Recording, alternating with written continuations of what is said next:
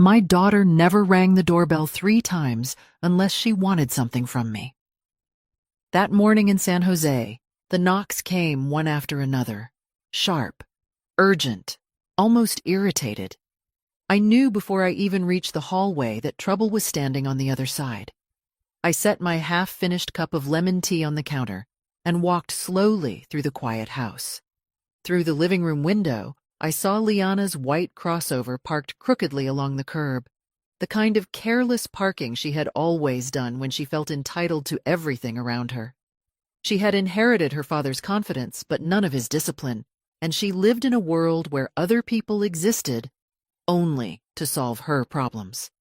When I opened the door, she brushed past me without a hug, without a greeting, just an empty air kiss toward my cheek, as if she were being filmed. "Mom, we need to talk," she said flatly. She marched straight into my kitchen, sat in my chair, and pulled a thick folder from her tote bag. Her fingers tapped impatiently on the table while she kept scrolling on her phone. "Can you make coffee? I'm exhausted," she muttered without looking up. I made it out of habit, my body moving as if on old programming. Years of marriage to a man who expected service before words had trained me too well. Even after Arthur died, the habits stayed inside me like permanent fingerprints. When I placed the cup in front of her, I finally asked, "How's Tyler and the kids?" "They're fine," she replied bluntly, already sliding the folder toward me. "Anyway, let me get straight to it. I need your help." The clock on the kitchen wall ticked so slowly that every second felt heavy. "Tyler's in trouble. Serious trouble," she continued. "He trusted the wrong people in a business investment. We don't have time for long explanations, so here." I opened the folder. Loan notices, bank statements, a contract in bold red letters. $300,000. My heart stuttered. "Liana," I whispered, "that's almost everything I have." She finally looked at me. Her eyes, once so bright when she was a little girl dancing in the living room, had hardened into something cold and calculating. "Mom, come on. You live alone. Your expenses are nothing. You have retirement money just sitting there. You don't need it." She took a sip of coffee, unfazed by my silence. "You're almost 70. What are you saving it for?" The words hit me like a slap. "This isn't the first time you've asked, sweetheart," I said quietly. "And every time you helped us," she shot back. "So don't start acting dramatic now. Tyler needs to pay this by tomorrow. These aren't friendly lenders, Mom." She leaned back, crossing her arms. "I need the money today. You'll transfer it before the bank closes." Her tone sharpened, the same tone Arthur had used for years, whenever he wanted control and obedience. I felt the old fear rise in me, the instinct to give in, to stay quiet, to make the storm pass. But beneath that fear, something else stirred. A question, a flicker of resistance. "Liana, I need time to think." "There is no time," she snapped, rising from her chair. She walked behind me, placed a hand on my shoulder, and whispered, "Don't let me down, Mom." The hand didn't feel like comfort. It felt like possession. And as she walked out the door, promising to return tonight to finish everything, I stood alone in my kitchen, staring at the folder. I didn't know it yet, but that moment was the beginning of the end. Not of my life, but of the life I had been trapped in for decades. For a long moment after Liana left, I just stood there in the middle of my quiet kitchen, the ticking clock suddenly louder than the world outside. $300,000. The number felt unreal, like something printed on a fictional bill. But the dread in my chest was painfully real. My hands trembled as I reached for my phone. I scrolled past missed calls from Liana and finally tapped the one name that had stayed constant for more than 40 years. Serena. She picked up on the second ring, Evelyn, you never call this early. What's wrong? My voice cracked before the words came out. Serena, I need help. She arrived at my house an hour later, still in her navy suit from the courthouse, her hair pulled back in the same tight bun she had worn since our college days. Serena never rushed, never panicked, never acted without calculation. But the moment she walked into my kitchen, saw the folder, and heard everything, her calm expression fractured. You're leaving, she said firmly, closing the folder with a sharp snap. You're leaving this house tonight. What? Serena, No, listen to me. She placed both hands on my shoulders. This is beyond helping your daughter. This is criminal debt. And the people involved in this kind of lending do not care that you're an elderly widow living quietly in San Jose. I sank into a chair, overwhelmed. She said Tyler trusted the wrong people. She said it was an investment. Serena shook her head. I've seen 3 of these contracts in the past month alone. They're tied to a dangerous finance ring running through the South Bay, and if Liana is asking you for $300,000, the real number might be higher. Higher? The room swayed slightly. But she lied, Serena said bluntly. She is drowning in this with him, and she wants to drag you under with her. Her words were harsh, but true. I pressed a hand to my forehead. I don't know what to do. She said they'd come after all of us if we didn't pay. Serena exhaled slowly, then reached for her bag. Here's what we're going to do. First, you'll transfer your savings to a protected account Liana knows nothing about. Then I'll file a temporary representation notice at the courthouse, so all future communication has to come through me. After that, we pack your essentials and leave before she comes back tonight. I've never just left, I whispered. Serena knelt beside me, her voice softer than I'd heard in years. Evelyn, you have spent your entire life being afraid of Arthur's temper, afraid of disappointing your daughter, afraid of being alone. But look around, you're already alone. The only difference is you've been suffering in silence. I felt my throat tighten. You deserve a life that isn't built on fear, she said. I nodded, still trembling. Where would I go? I have a small cabin in New Mexico, empty most of the year. Quiet, safe. You'll stay there with me until we figure out the rest. I swallowed hard, my heart pounding. She'll be furious, Serena. Let her be. It's time you stop living for her rage. Serena stood, grabbed her keys, and opened her briefcase. Let's go, she said, before fear convinces you to stay. The bank manager looked at me strangely when I asked to transfer the entire balance of my savings into a new account. I kept my voice steady, repeating what Serena had instructed. No mailed statements, no linked contacts, no digital notifications. Nothing that could lead my daughter to it. Are you sure, Mrs. Cole? He asked gently. This is a substantial amount. I'm sure, I said, though my hands trembled around the pen. Serena stood beside me, calm and sharp, her presence giving me a courage I did not yet believe in. Once the transfer was complete, she collected all the paperwork, placed it into her briefcase, and nodded at me. It's done. Let's go. From the bank, we drove straight to a notary office where Serena filed emergency representation forms. For the first time in my life, I had legal protection separating me from my own child, an odd, painful relief. At home, the late afternoon sun was bleeding through the curtains when I began to pack.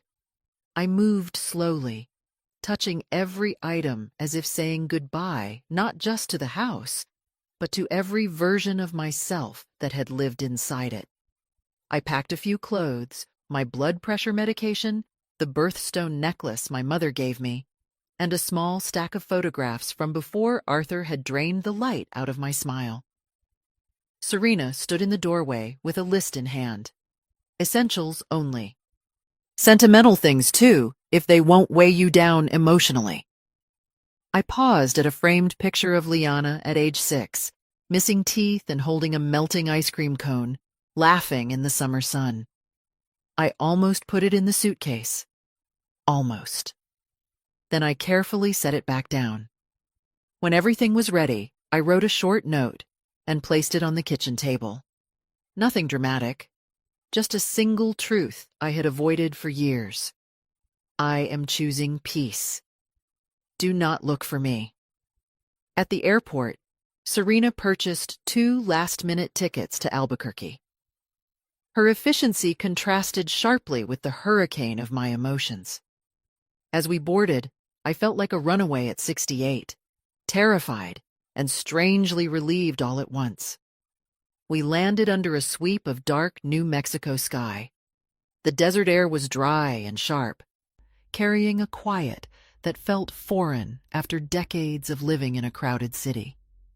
Serena drove us to her small adobe cabin on the outskirts of Santa Fe, tucked between sagebrush and silence. That night, after a rushed dinner and exhausted showers, I switched on my phone for the first time since leaving San Jose. 17 missed calls from Liana. 5 from Tyler. The voicemails started with sweetness. "Mom, please call me. I know you're overwhelmed." Then shifted to irritation. "Are you seriously ignoring me?" Then anger. "Do not make this harder." And finally, a message that sent cold through my veins. "If the debt isn't paid, they'll come for all of us. They know where you live." My fingers shook as I turned off the phone. When I looked at Serena, she already knew. "You're safe here," she said. But as I lay awake in the darkness of the cabin that night, listening to the wind scrape across the dry earth, I wondered if safety was still a place I could reach. For the first time in decades, my mornings belonged only to me. No one shouting from another room. No demands disguised as affection. No footsteps pacing in anger.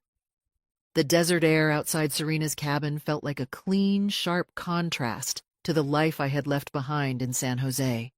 Within a week, Serena insisted I needed something to ground me, something that wasn't fear.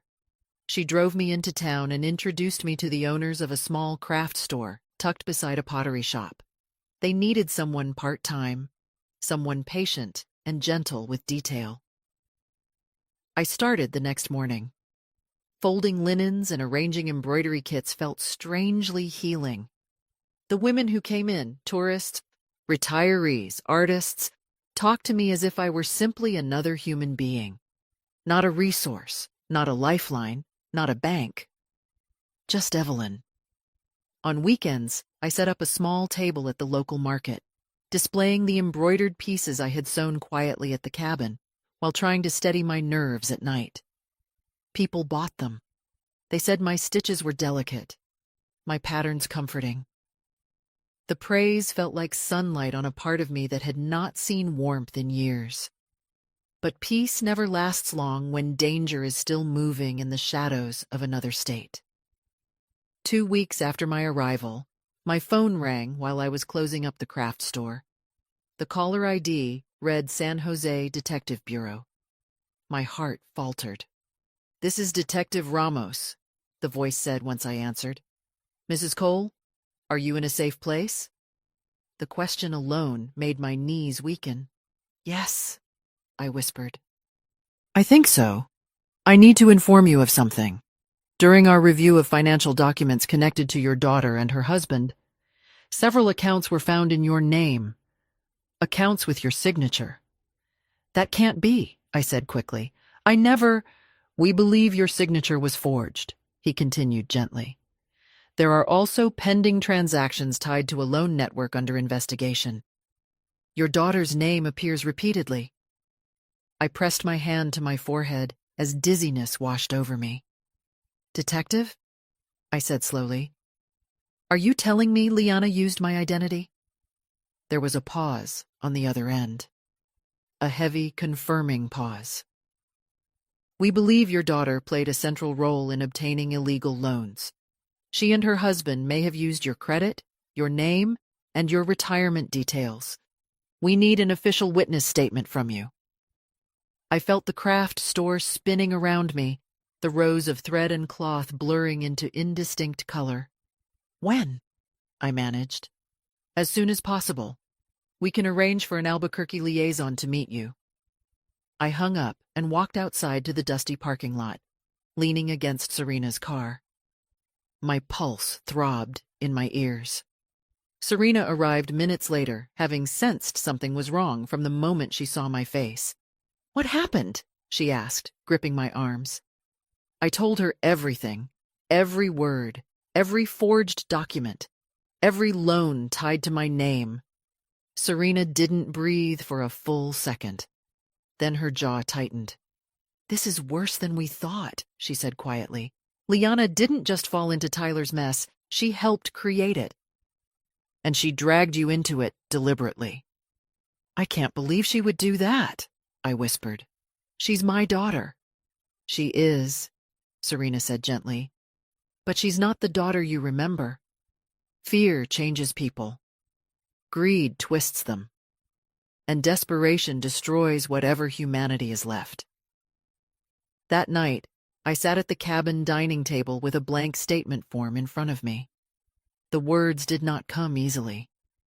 Writing them down felt like carving open an old wound that never healed correctly. The little girl who once slipped her hand into mine at the grocery store no longer existed. And the woman she had become was now tangled in crimes that threatened to pull me under with her. I picked up the pen. For the first time in my life, I chose to protect myself. 3 mornings after I gave my statement to the Albuquerque liaison, the desert seemed unusually still. Even the wind had gone quiet. Serena had gone into town for court work, leaving me alone at the cabin for the afternoon. I brewed tea, opened the screen door, and stepped onto the small porch to breathe the warm air. That was when I saw him. A tall man stood at the bottom of the gravel driveway, hands shaking, clothes wrinkled, face drawn tight with exhaustion. For a moment, I didn't recognize him. But then the fading tattoo on his forearm caught the sunlight, and my stomach dropped. "Tyler," I whispered. He took a step forward, stumbling slightly. "Mrs. Cole, please, please don't go inside." My hand hovered over the doorknob. Every instinct screamed danger. "How did you find me?" My voice trembled despite my effort to steady it. "I'm not here to hurt you," he rasped. "I swear. I came to warn you." I froze. "Warn me about what?" He looked over his shoulder as though someone might appear from the sagebrush at any moment. Sweat beaded on his forehead, and his breathing sounded strained. "Liana knows you left," he said. "She's furious. Beyond furious. She blames you for everything, and she's not thinking clearly anymore." I felt my throat tighten. "What do you mean?" Tyler pressed a shaking hand against his chest. "She told the wrong people that you still have money. Real money. She said you were refusing to help. She said the debt was your fault. She dragged me into this mess, and now she's sinking deeper every day." He sank onto the ground as if his legs could no longer hold him. "It's not 300,000 anymore," he whispered. "It's more than double. And they're coming after all of us." My pulse roared in my ears. I stepped back, reaching behind me blindly for the screen door. "Tyler, you need to leave," I stammered. "I can call someone to—" "No," he gasped, lifting his hands. "Please. Call the police. Just not for me. For you.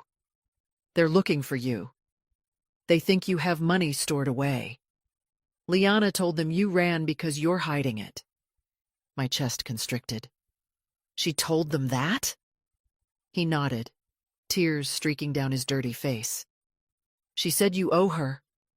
She said you took her inheritance. She said everything her father built was meant for her and you stole it." For a moment, I forgot how to breathe. Tyler's voice cracked. "I barely escaped. I don't know how long before they track me here. Please, Mrs. Cole, please call the police. I did. Within minutes, 2 sheriff's cars pulled up the gravel road. Officers placed Tyler in protective custody while taking down every detail of his frantic confession. When Serena arrived, the cabin was surrounded by flashing lights, radios crackling in the dry air. She ran to me. "Evelyn, what happened?" I looked at her, my voice hollow. "She's not just in trouble anymore, Serena. She's dangerous."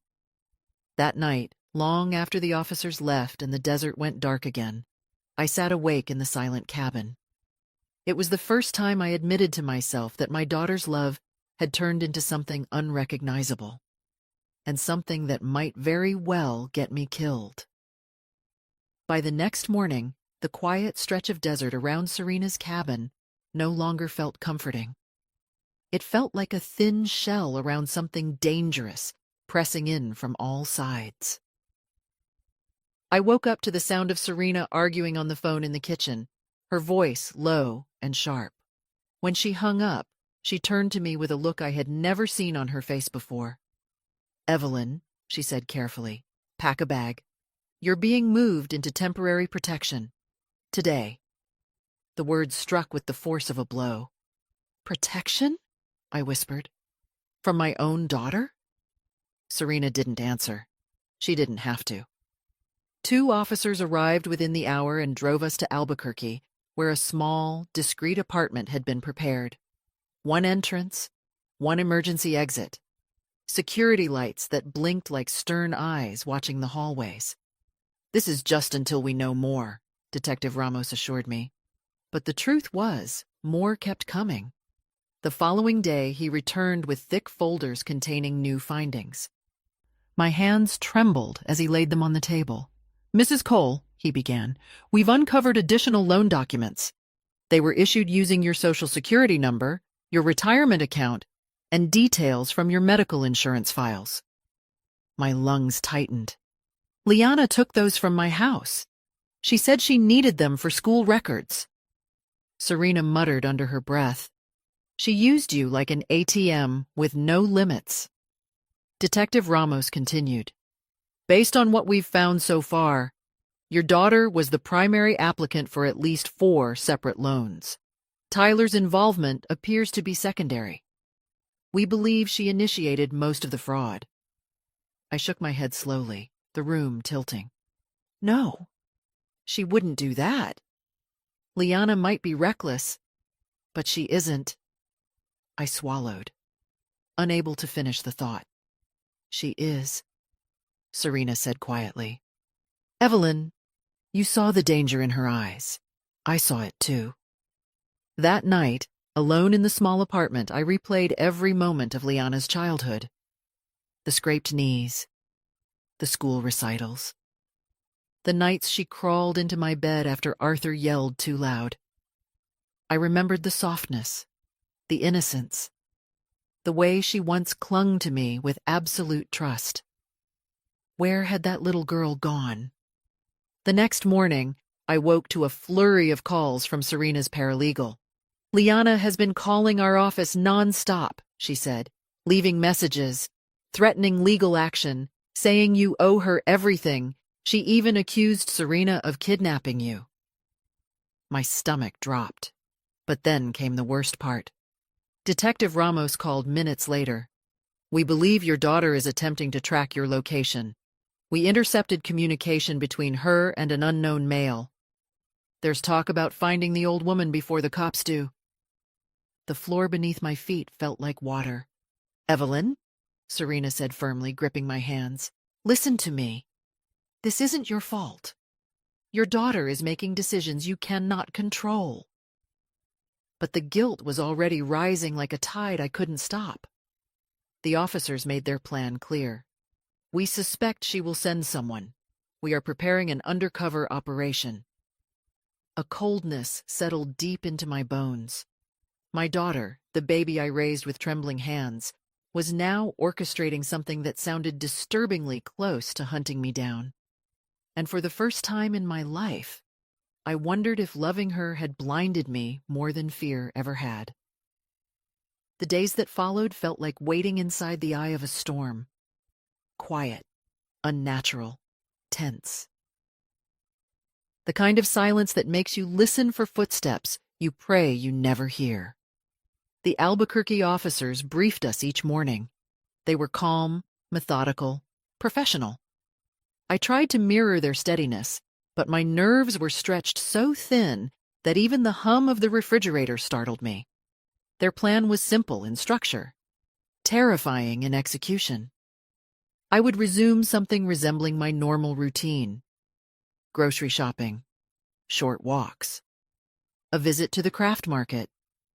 Act as though I had no idea danger was closing in. Undercover officers would blend in around me, watching, waiting. Someone would come. They were certain of it.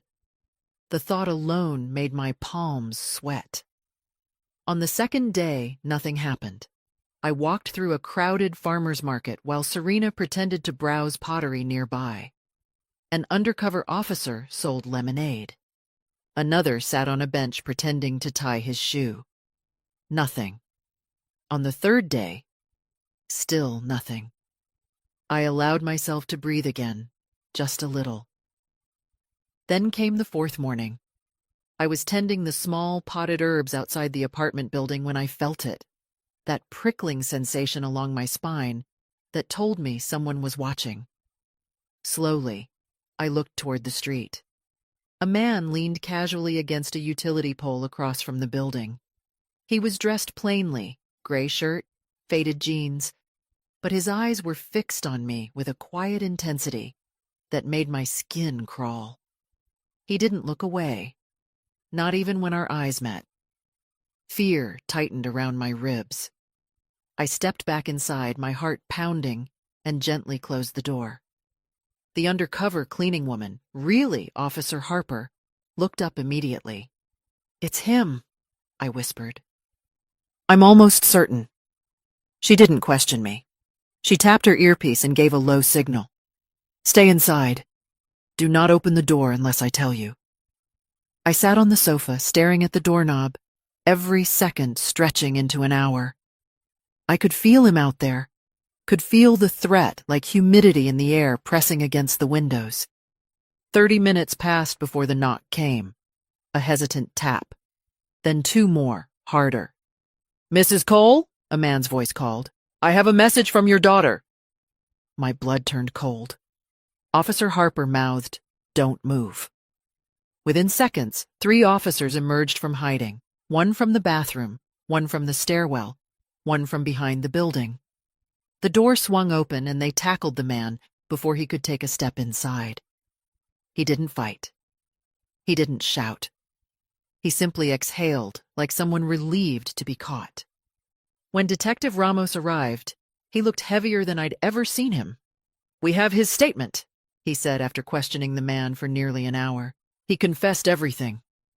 I sat rigid in my chair. My hands wouldn't stop shaking. "What did she ask him to do?" I whispered. Ramos hesitated. "She told him to come here, force entry if needed, and scare you." Her words were, "Make sure she understands this isn't optional." She promised him $5,000 for it. I swallowed hard, my throat burning. Was he supposed to harm me? Ramos's face grew stern. "He said she instructed him to leave you with a few bruises. Nothing fatal, just enough to make you fear her." My entire body went numb. My daughter. My own child. That night, Serena stayed with me. Neither of us spoke much. Some pain doesn't need conversation. It hangs in the air like smoke. 2 days later, officers arrested Liana at a motel outside San Jose. She had been hiding, planning her next move, spiraling in fear and anger. The evidence against her was overwhelming: fraud, identity theft, conspiracy, solicitation of violence. The moment I heard the news, a strange mix of relief and grief washed over me. Months later, I stood in a courtroom in Northern California, giving testimony against the girl I once rocked to sleep. My voice trembled but did not break. I spoke of every loan, every manipulation, every forged document. I spoke of the fear, the betrayal, the night she sent a man to my door. Liana refused to meet my eyes. The rage that had once burned so brightly in her now smoldered into something small and hollow. When the verdict was read, guilty on all major counts, I felt no triumph, only a deep, aching sorrow, but also something else, something I had not felt in decades. Freedom. The months after the trial felt strangely silent. Not peaceful at first, just empty, like the aftermath of a long storm when the broken branches are still scattered across the yard. I moved into a small apartment in Albuquerque, a second-floor unit with a balcony that faced the sunrise. Every morning, the light spilled gently across the wooden railing, and for the first time in years, I felt the faint beginning of calm. My embroidery work grew into something steady. The market sellers began saving a corner table for me each Saturday. Women bought my pieces and asked me how long I had been sewing. I always smiled and said, most of my life, but only recently for myself. Serena visited often. Sometimes she'd bring takeout. Sometimes just conversation. Sometimes she came simply to sit beside me in companionable silence. We didn't have to talk about Liana. Her name hovered between us, unspoken, yet always present. One afternoon in early spring, as I sorted threads by color, the mail carrier buzzed my apartment. A small envelope slid through the slot. The handwriting on it froze me. Liana. For a long moment, I simply stared, my heart thudding in a slow, heavy rhythm. Part of me wanted to throw it away. Another part, the mother part that stubbornly refused to die, needed to know. Inside was a letter written in a hand I barely recognized, slanted, slower, as if each word had been dragged through thick mud. Mom, I know you have no reason to read this, but I hope you will. I am attending therapy here. The therapist says I need to see the truth about what I did, not just what I think I meant to do.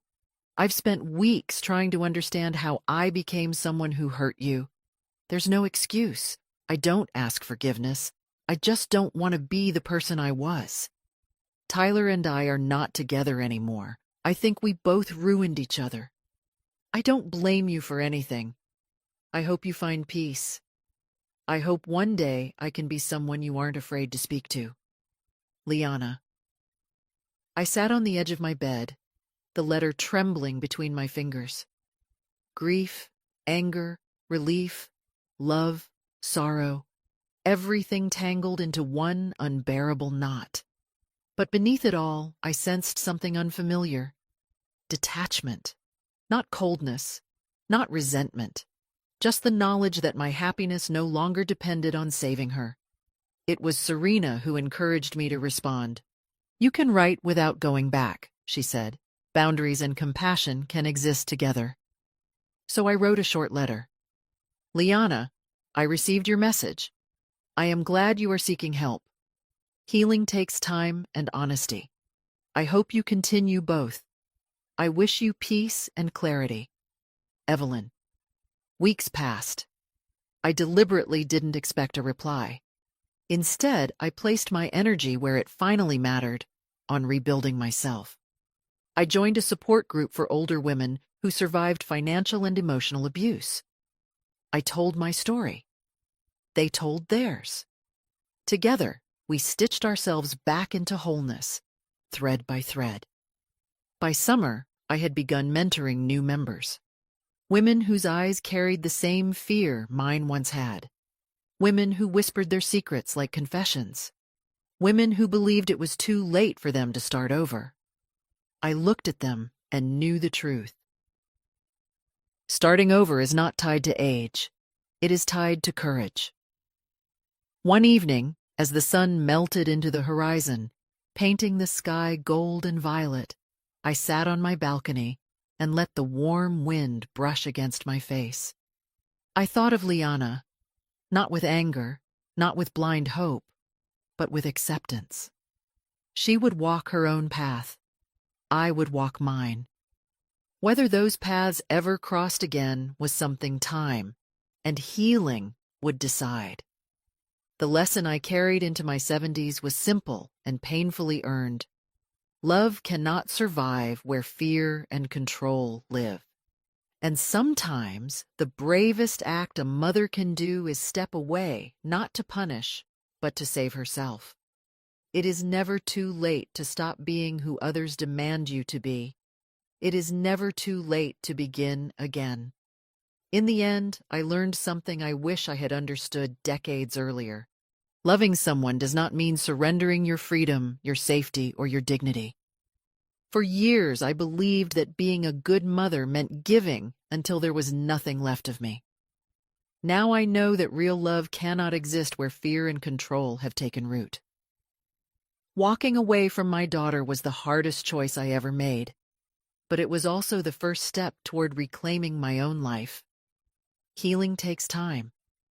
Forgiveness takes courage, and boundaries are a form of love too, especially the love we owe ourselves. At 70, I finally discovered that starting over is not a matter of age, but a matter of truth. And now I want to ask you, what lesson did you take from my story, and where are you watching from today?